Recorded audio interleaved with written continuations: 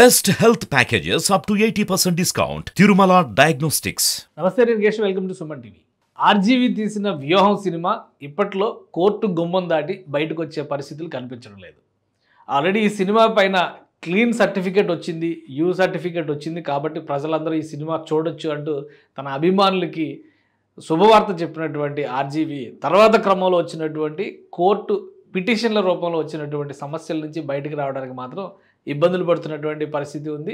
తెలంగాణ హైకోర్టులో విచారణకి వచ్చినటువంటి ఈ కేసు రేపటికి వాయిదా పడింది. ఆల్రెడీ దీనికి సంబంధించి ఇప్పటికే సింగిల్ జడ్జి ఈ నెల 11వ తేదీ వరకు సినిమాని హోల్డ్ చేయాలన్నటువంటి ఒక నిర్ణయం తీసుకున్నారు. డిసెంబర్ 29న రిలీజ్ చేయాలని రామ్ గోపాల్ వర్మ సంకల్పించినప్పటికీ కూడా కోర్టు నిర్ణయంతో సినిమా థియేటర్లకు వెళ్ళినటువంటి పరిస్థితి లేకుండా పోయింది. ఆ తర్వాత డివిజన్ బెంచ్ని అప్రోచ్ అవ్వడం ద్వారా సినిమా నిర్మాతకి భారీ నష్టం వస్తుందనేటువంటి కోణంలో కేసు మూవ్ చేసేటువంటి ప్రయత్నం ఆర్జీవి టీం చేసింది. అయితే కింది కోర్టులో అంటే సింగిల్ బెంచ్లోనే తేల్చుకోవాలనేటువంటి విషయాన్ని కరాఖండిగా డివిజన్ బెంచ్ తేల్చేసింది. ఈ నేపథ్యంలో సెన్సార్ బోర్డు అనుసరించినటువంటి విధానంతో పాటు ఆయా రికార్డుల్ని కూడా పరిశీలించాల్సినటువంటి అవసరం ఉందనే అభిప్రాయాన్ని సింగిల్ జడ్జి తెలిపినటువంటి పరిస్థితి.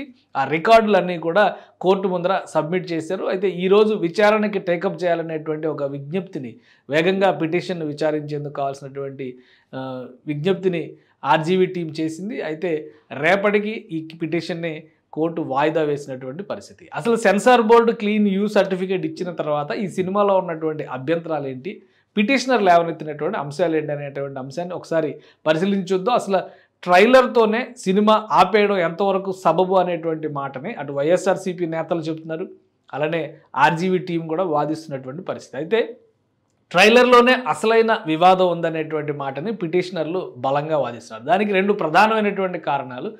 నిజ జీవితంలో ఉన్నటువంటి కొన్ని పాత్రల్ని యథాతథంగా అవే పేర్లు ఉపయోగించి అదే ఆహార్యంతో ఆర్జీవి ఈ సినిమాలో ప్రజెంట్ చేశారని, తాను రాసుకున్నటువంటి ఒక కల్పిత కథని ఆ పాత్రల రూపంలో ప్రవేశపెట్టడంతో సమాజంలో ప్రముఖులైనటువంటి వ్యక్తుల గౌరవానికి భంగం కలుగుతుందని నారా లోకేష్తో పాటు మరికొంతమంది దీనిపైన పిటిషన్ వేశారు. అలానే కాంగ్రెస్ పార్టీ కూడా దీనికి సంబంధించినటువంటి పిటిషన్ని ఏపీ హైకోర్టులో మూవ్ చేస్తుంది. దానికి ప్రధానమైనటువంటి కారణం కాంగ్రెస్ పార్టీ హయాంలో ముఖ్యంగా సోనియా గాంధీకి సంబంధించి, రాహుల్ గాంధీకి సంబంధించి కొన్ని సన్నివేశాలు అభ్యంతరకరంగా తీశారు అనేటువంటి అభిప్రాయాన్ని కాంగ్రెస్ పార్టీ నేతలు వ్యక్తం చేస్తున్నారు. అలానే ట్రైలర్లో కూడా దీనికి సంబంధించినటువంటి ఆనవాళ్ళు ఉన్నాయనేది వాళ్ళు ప్రధానంగా చెబుతున్నటువంటి వాదన. అసలు ట్రైలర్లో అభ్యంతరం పెట్టినటువంటి ఒక 2-3 సన్నివేశాలు ఇప్పుడు మనం పరిశీలించేటువంటి ప్రయత్నం చేద్దాం.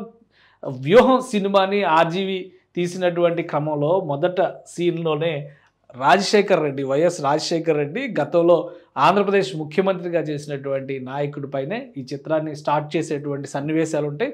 సో ఇది కాంగ్రెస్ పార్టీకి సంబంధించినటువంటి ఒక నాయకుడికి సంబంధించిన వ్యక్తిగత జీవితాన్ని లేదా ఆయన వృత్తిగత జీవితాన్ని ప్రజెంట్ చేసేటువంటి చిత్రంగా దీనిలో ఇమాజినేషన్ ఇచ్చారు అనేటువంటి మాట చెప్తున్నారు. అలానే కొన్ని క్యారెక్టర్స్ ప్రధానంగా ప్రస్తుతం ఆంధ్రప్రదేశ్లో ఉన్నటువంటి కీలకమైన రాజకీయ నాయకులకు సంబంధించినటువంటి పాత్రలను పోలే విధంగా ఇందులో కొన్ని క్యారెక్టర్స్ను పెట్టారు. అలానే డైలాగ్స్ కూడా దానికి సంబంధించి వచ్చినాయి.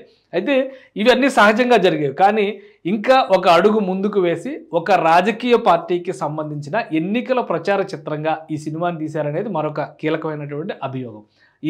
ఈ ప్రచారంలో ఇందులో ఉపయోగించినటువంటి జెండాలు కానీ, అలానే కొన్ని సన్నివేశాల్లో వాడినటువంటి పదజాలం కానీ ఇవన్నీ కూడా పూర్తిగా అభ్యంతరకరమైనటువంటి రీతిలో ఉన్నాయనేది పిటిషనర్లు చేస్తున్నటువంటి వాదన. ప్రధానంగా ఈ సినిమాలో ఉపయోగించినటువంటి జెండాలు చూస్తే కనుక ఇవన్నీ కూడా పూర్తిగా ఇప్పుడు ఆంధ్రప్రదేశ్లో అధికారంలో ఉన్నటువంటి వైఎస్ఆర్సీపీకి సంబంధించినటువంటి జెండాలు, గుర్తులు. స్టోరీ అంతా కూడా నేపథ్యం అంతా అదే తీసుకుని ఇది నిజమైన కథ అని చెబుతూ ఒక అబద్ధాల కథని ప్రజల ముందరకు తీసుకొచ్చేటువంటి ప్రయత్నం చేస్తున్నారు. కాబట్టి ఈ సన్నివేశాలన్నింటినీ దృష్టిలో ఉంచుకుని ఈ సినిమా రిలీజ్ అయితే సదరు వ్యక్తుల గౌరవానికి భంగం కలుగుతుందనేది ప్రధానంగా చేస్తున్నటువంటి పిటిషనర్లు చేస్తున్నటువంటి వాదన. దీనికి ఒక స్పష్టమైనటువంటి ఇవన్నీ కూడా జెండాలకు సంబంధించినటువంటి దృశ్యాలు ట్రైలర్లో, రెండో ట్రైలర్ రిలీజ్ చేశారు. ఆ ట్రైలర్లో చాలా క్లియర్గా ఉన్నాయి. అలానే కొన్ని క్యారెక్టర్స్ కూడా ఈ సినిమాలో నిజ జీవితాన్ని సూచించేటువంటి కొన్ని క్యారెక్టర్స్ కూడా ఉన్నాయి. వాటికి సంబంధించి ప్రతిపక్ష నేతలకి, ప్రస్తుతం ఆంధ్రప్రదేశ్లో ఉన్నటువంటి ప్రతిపక్ష నేతలకి, అలానే జాతీయ కాంగ్రెస్కి సంబంధించినటువంటి నాయకులకు కూడా భంగం కలిగే విధంగా, వారి గౌరవానికి భంగం కలిగే విధంగా కొన్ని సన్నివేశాలు ఉన్నాయనేది చెబుతున్నటువంటి ఈ పిటిషనర్లు చేస్తున్నటువంటి వాదన. ఈ అంశాన్ని దృష్టిలో పెట్టుకొని చూస్తే సింగిల్ జడ్జి ఇక్కడి నుంచి మనం కొన్ని క్యారెక్టర్స్ని మనం చూడాల్సి ఉంటుంది. ఇక్కడ సింబల్స్ కానీ ఆయా పార్టీలను కించపరిచే విధంగా కానీ ఆయా వ్యక్తుల్ని కించపరిచే విధంగా కానీ కొన్ని సన్నివేశాలు ఉన్నాయనేటువంటిది పిటిషనర్లు చేస్తున్నటువంటి వాదన. నారా లోకేష్ వేసినటువంటి పిటిషన్లో కూడా చాలా క్లియర్గా చంద్రబాబు నాయుడు గారి గౌరవానికి, అలానే జనసేన అధినేత పవన్ కళ్యాణ్కి సంబంధించినటువంటి వ్యక్తిగత గౌరవానికి సంబంధించినటువంటి కించపరిచే రీతిలో కొన్ని సన్నివేశాలు ఇవి చూస్తే మనకు అర్థమవుతుంది. జనసేన పార్టీ సింబల్, అది గాజు గ్లాసు గుర్తు అనేది జనసేన పార్టీకి సంబంధించినటువంటి సింబల్. ప్రత్యేకంగా దాన్ని ప్రొజెక్ట్ చేస్తూ ప్రతి సన్నివేశంలో కూడా గ్లాసు పగిలిపోయేటువంటి సన్నివేశాలు కూడా ఇందులో తీశారు అనేటువంటి అంశం పైన ఎక్కువ విమర్శలు వస్తున్నాయి. ఈ నేపథ్యంలోనే సింగిల్ జడ్జి దీన్ని ఈ సినిమాని పరిశీలించాల్సినటువంటి అవసరం ఉందనే మాటని చెబుతున్నారు. మరోవైపు చూస్తే కాంగ్రెస్ పార్టీ కూడా ఇందులో కొన్ని అభ్యంతరాలని లేవనెత్తున్నటువంటి పరిస్థితి ఉంది. కాంగ్రెస్ పార్టీ లేవనెత్తున్నటువంటి అభ్యంతరాలకు ప్రధానమైన కారణం అప్పట్లో జగన్మోహన్ రెడ్డి కాంగ్రెస్ పార్టీని వీడి బయటికి వచ్చేటువంటి సందర్భంలో జరిగినటువంటి కొన్ని సంఘటనల్ని, ముఖ్యంగా సోనియా గాంధీని కూడా ఈ కథలో ఇన్వాల్వ్ చేసి సోనియా గాంధీని పోలినటువంటి కొన్ని పాత్రలను ఇందులో పెట్టారనేటువంటి విమర్శ వీళ్ళు చేస్తున్నటువంటి పరిస్థితి ఉంది. అందుకనే సింగిల్ జడ్జి సినిమా మొత్తాన్ని పరిశీలించడం, అలానే ఇలాంటి కొన్ని నిజ జీవిత సన్నివేశాలు ఉన్నటువంటి సందర్భంలో అదే పేర్లు అదే సందర్భాలు అవే సూచిస్తున్నటువంటి తరుణంలో సెన్సార్ బోర్డు దీన్ని ఏ విధంగా సర్టిఫై చేసింది అనేటువంటి మాటను కూడా ఇక్కడ ప్రస్తావిస్తున్నటువంటి పరిస్థితి ఉంది. కీలకంగా కాంగ్రెస్ పార్టీ నేతలు ఈ సన్నివేశాన్ని బట్టి అభ్యంతరాలు తెలియజేస్తున్నటువంటి పరిస్థితి ఉంది. ఇంకొక ముఖ్యమైనటువంటి ఏంటంటే రాష్ట్ర సెన్సార్ బోర్డు ఈ సినిమాకి అనుమతి ఇవ్వడానికి నిరాకరించింది. అయితే సెంట్రల్ సెన్సార్ బోర్డుకి అప్పీల్ చేయడం ద్వారా ఆర్జీవీ అండ్ టీం అక్కడి నుంచి యూ సర్టిఫికేట్ పొందేటువంటి ప్రయత్నం చేసింది. సో అసలు సెన్సార్షిప్ జరిగినటువంటి ప్రొసీజర్లోనే లోపం ఉంది అనేటువంటి విషయాన్ని జడ్జి దృష్టికి పిటిషన్ తరపున న్యాయవాదులు తీసుకొచ్చారు.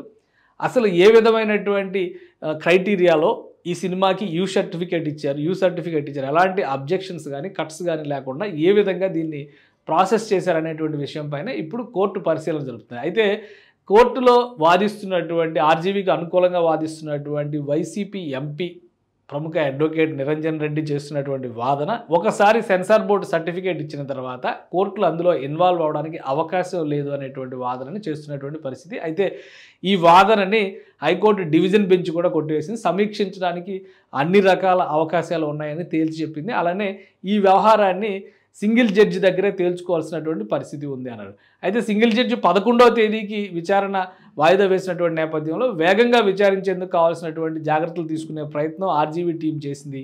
అయితే దాన్ని కూడా రేపటికి వాయిదా వేసినటువంటి పరిస్థితి ఉంది. సో ఈ చిక్కుముడులు వీడి ఈ సినిమా బయటికి వచ్చేయడానికి కనీసం ఒక నెలన్నర రోజులు సమయం పట్టే అవకాశం ఉందని న్యాయ నిపుణులు చెబుతున్నారు. ఒకవేళ ఆ జాప్యం కనుక జరిగితే ఎన్నికల కోడ్ అమలయ్యేటువంటి పరిస్థితుల్లో ఖచ్చితంగా ఈ సినిమాని ఆపేయడానికి కూడా అవకాశాలు ఉన్నాయనేది వారు చేస్తున్నటువంటి వాదన. సో ఆర్జీవీ పోరాటం ఎంతవరకు ఫలిస్తుంది, ఈ సినిమా థియేటర్లకు రావడానికి ఎంతవరకు అవకాశం ఉంటుందని తెలుసుకోవాలంటే కొంతకాలం వేచి చూడాల్సిందే.